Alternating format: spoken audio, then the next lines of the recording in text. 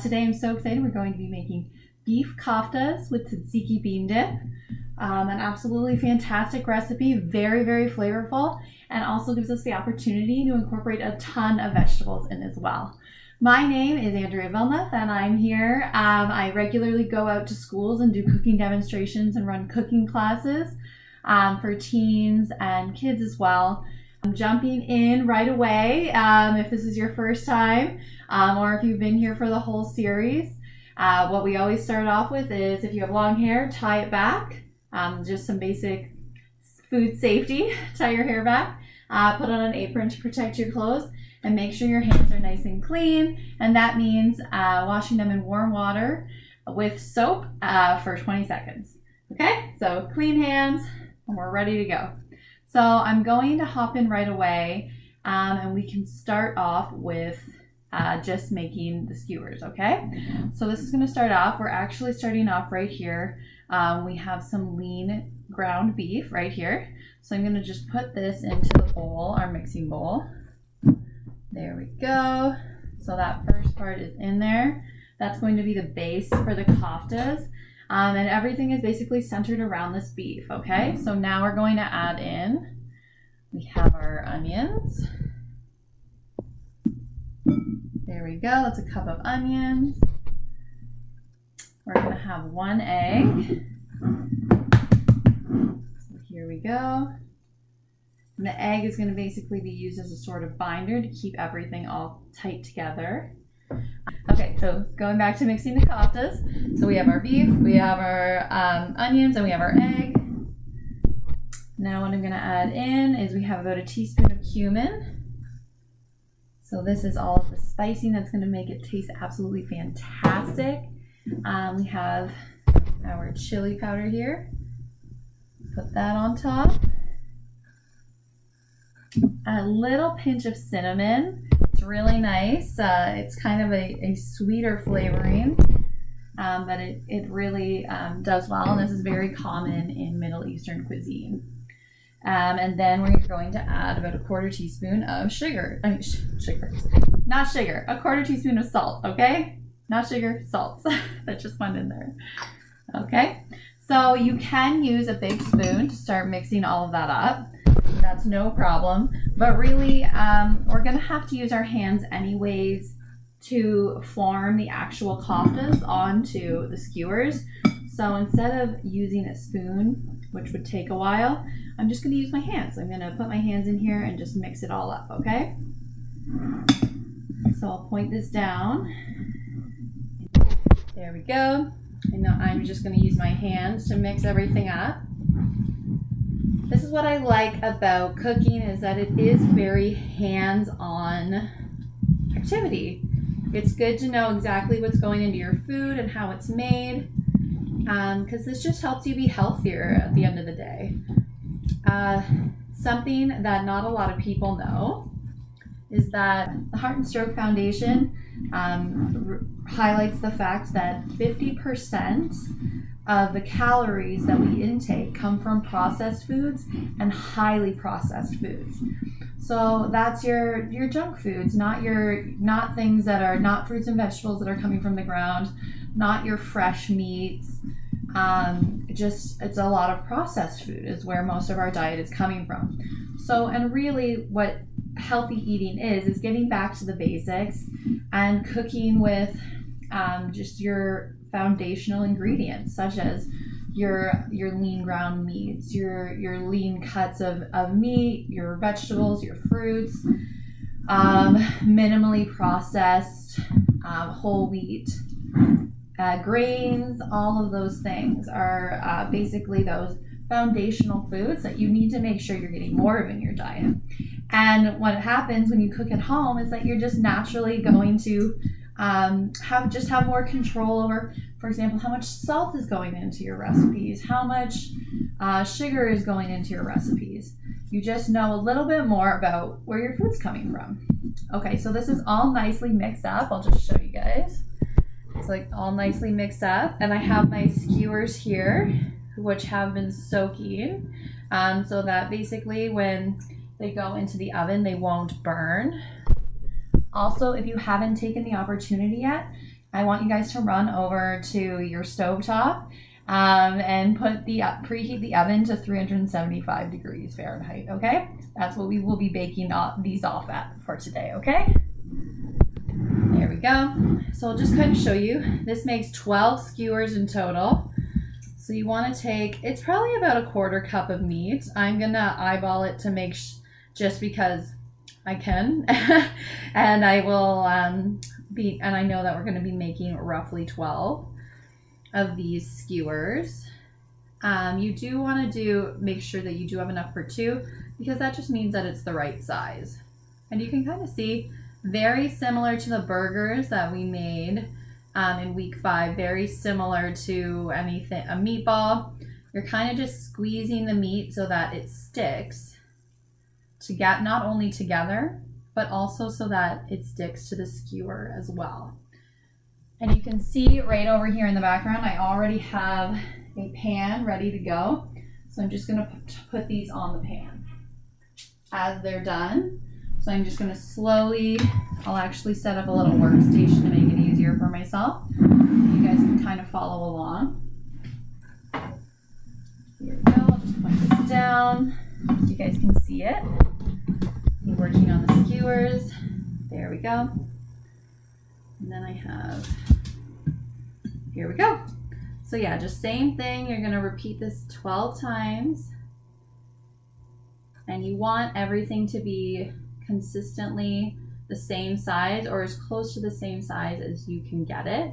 If you're not good at guesstimating the size of things yet, what I would recommend is that you do actually use a 1/4 cup and measure things out as you go, just because this will make sure that everything is done at the same time.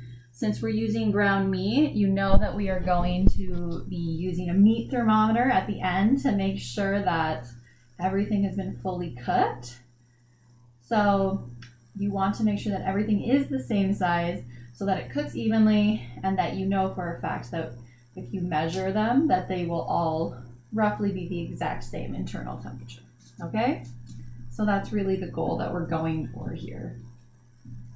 Another tip that I wanted to say, and I actually did miss out saying this one on the burger when we did the blended burgers way back in, well, not way back, in lesson number 5, when we did the blended burgers, is that when you are forming a little slider, what you want to do is, or a burger for that matter, sometimes I know at home that burgers can just get a little thick.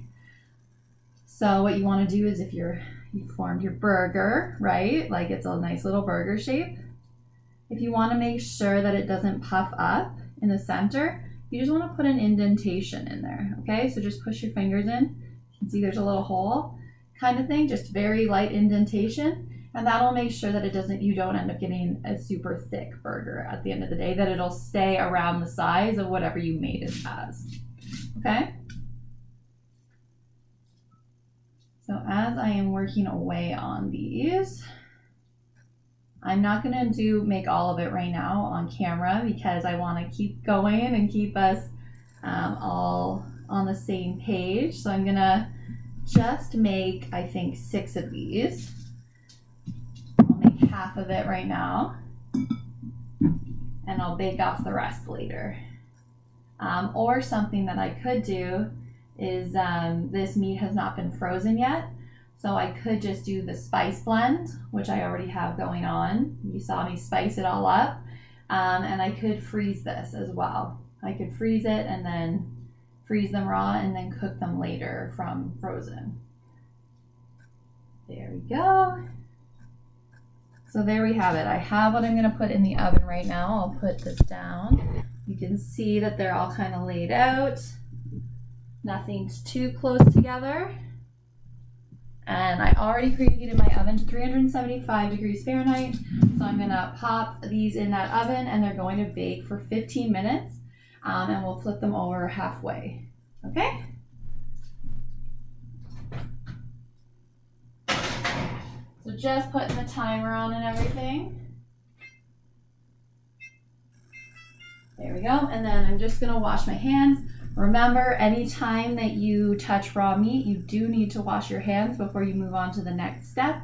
And also anything else that did touch the raw meat, don't put a fresh item like the veggies you're gonna serve with it, or even a fresh dip.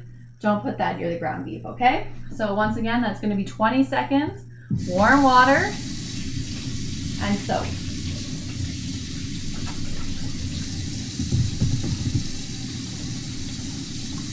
So since we've basically put together the beef koftas, you can see just how easy that was. It was really fast to come together.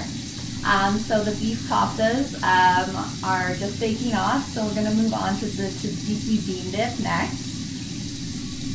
But right before I make the tzatziki bean dip with you guys, I do just quickly wanna go over a little bit of ground meat knowledge, because I know that a lot of you guys are, I personally do enjoy a lot of ground meat. I really frequently eat them at home. So I just want to give you guys a little bit of factoids about that. Okay, hands are nice and clean. Perfect, we're ready to go on to the next step.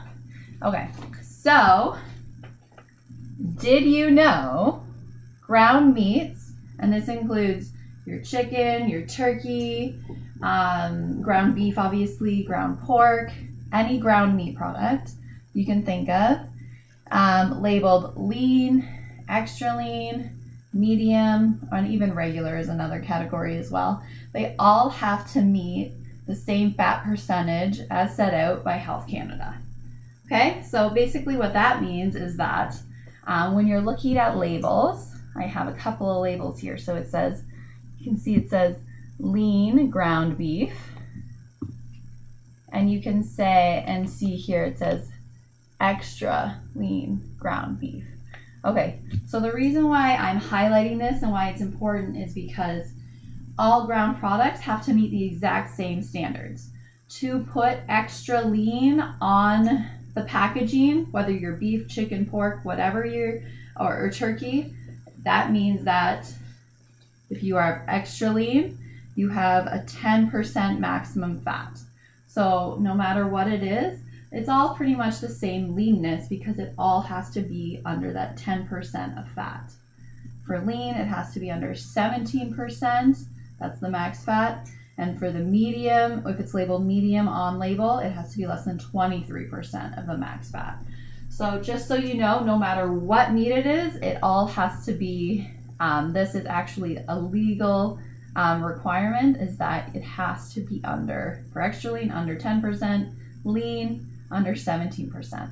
So anytime you see that on the label, know that that is actually regulated by Health Canada. So they do know, and this is just some consumer safety so that you know what you're getting at the end of the day. So yeah, that's a little bit of a ground beef fact right there. So now we're gonna work on the side that's gonna go with this. So what we're working with is we're going to be making the tzatziki bean dip. So I have all of my ingredients kind of outlined here, and it's so I've done my mise en place in advance. As we talked about last week, I'm prepared. I have all my ingredients and all of my tools ready to go. Here we go. But I do also need to make sure that I plug in my food processor here.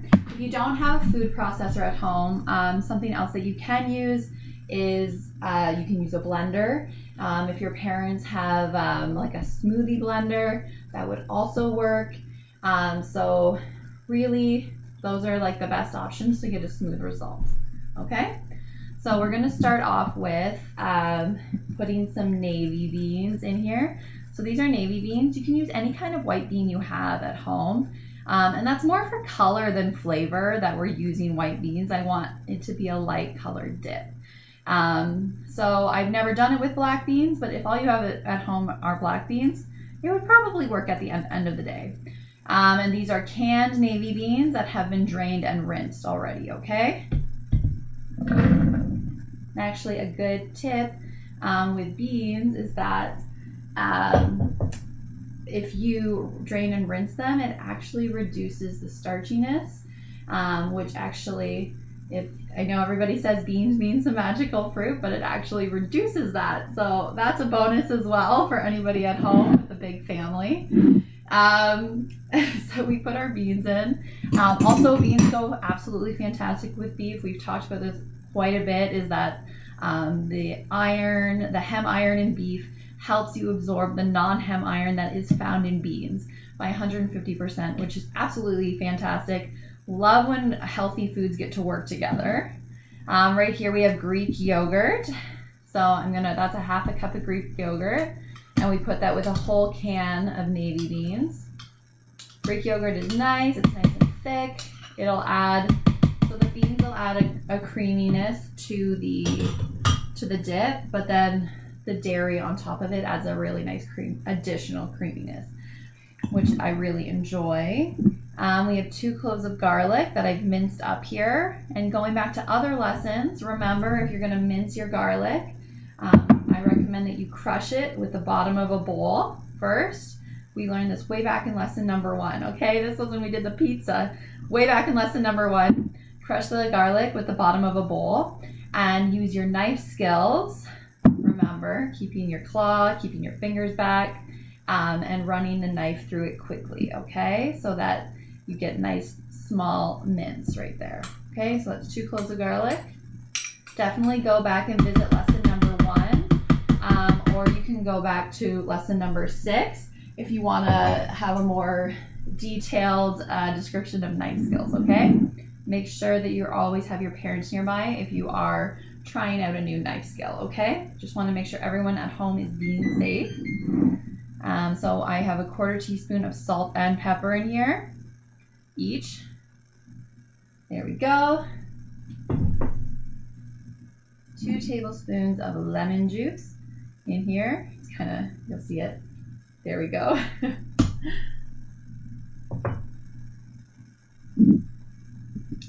And then we have some dried dill, okay?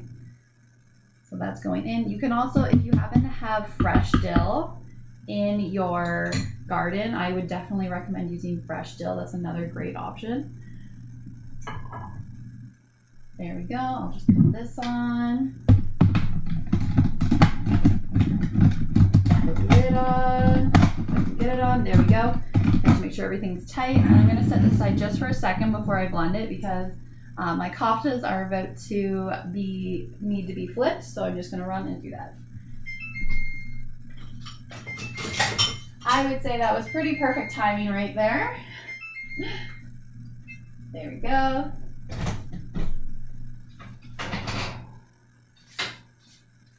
It smells absolutely amazing right now. These koftas, you can see they're doing really well. And I'm just going to flip them. They're kind of evenly browned a bit more. There we go.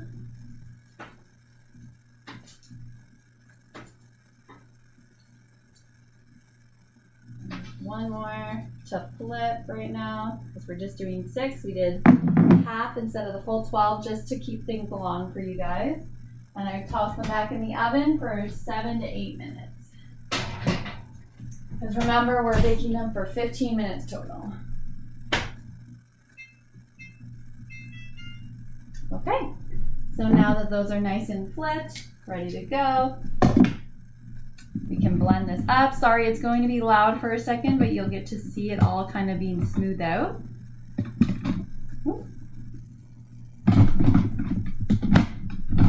There we go.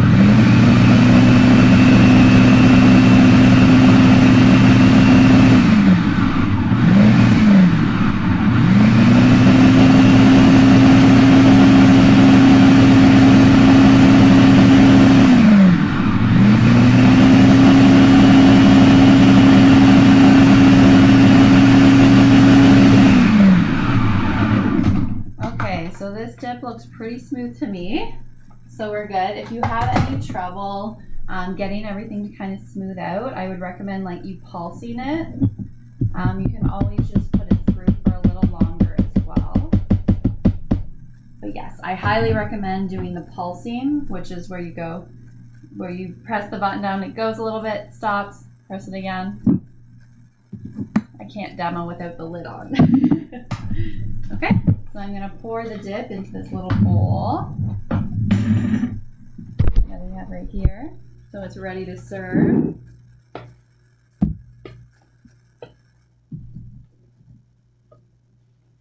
There we go, perfect, right? Smells so fresh and delicious, lots of dill. Lots of dill. There we go. And I'll leave the spoon so it can be served. There we go. So yeah, while the koftas are finishing up, I kind of already put a little bit of a plate together that we're going to add the koftas to. So you can see it right here. You can see that I put half of my plate as veggies, and then we just have a little bit of some whole wheat pita triangles going on as well. So this is absolutely when you're talking about the food guide, what they're talking about. When they say that they want to put more of a focus on plant-based eating, I know there's a huge misconception out there that a lot of people think that means veganism, that plant-based eating means that you're either vegetarian or vegan, but that's not the case at all. Basically what they're trying to do is highlight that there's a lot of nutrients that you do need to get in fruits and vegetables. And as mentioned before, with the information that we got from the Heart and Stroke Foundation, 50% in the average North American diet, 50% of the diet calories of each person is coming from processed food or ultra processed foods. So basically what the food guide is trying to say is come back to these foundational foods. Focus on getting lean protein sources and a variety of different protein sources. So get some protein from the beans, get some protein from beef and chicken and pork and turkey, all of these great food options, eggs as well. They're really just focusing on variety and moderation. So if you are going to eat more highly processed foods, don't eat them quite as often. Really focus on getting a variety of these functional foods, which are your fruits, your vegetables, your whole grains, and your lean meat sources as well. Both plant-based sources of protein as well as animal-based protein sources. And then today, this is absolutely the perfect dish because you can put it with so many different things. So we have your pitas, we have some beans in here as well. We always talk about how well beans go with beef. They go so well with beef. And this is just such a nice little dip to have with the beef koftas as well. Other veggies that you could easily do, I did some lettuce and tomatoes and cucumbers. That's really like this Mediterranean kind of feel. But you can also do peppers are another great option, red onion. Really the sky is the limit. Whatever vegetables you enjoy, incorporate them for sure. Definitely get them in there because it's all about trying new things and figuring out what you like. In terms of delicious food that is also good for you. So we have our plate pretty much made up. I'm gonna grab the koftas out because since it's very similar to your meatballs, your burgers, everything along those lines that's a formed ground meat, we're gonna use the meat thermometer to make sure that it's cooked fully through, okay? So I'm just gonna grab those out of the oven and just make sure that they are 71 and done, right? I think everybody remembers that 71 degrees Celsius and they are, you know that they're done, okay? That's a safe internal temperature. So we have our oven mitts on. And we'll bring them over here. So I have a little hot plate.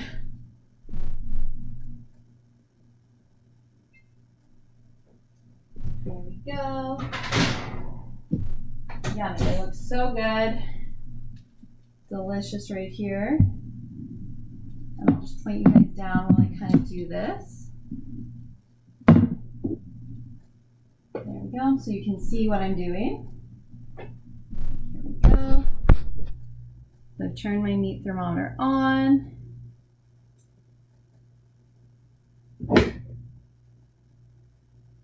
then just going to push this through.